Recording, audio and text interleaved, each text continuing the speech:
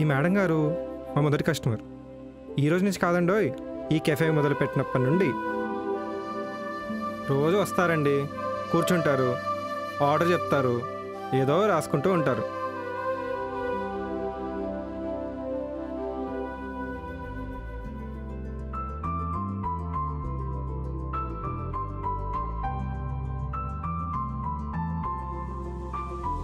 మా బాసే షెఫ్ అండి. చాలా దేశాలు తిరిగి ఎన్నో చూసి చాలా చోట్ల పనిచేసిన తర్వాత సొంతంగా బిజినెస్ పెట్టుకుందామని ఇక్కడికి వచ్చి స్టార్ట్ చేశారు.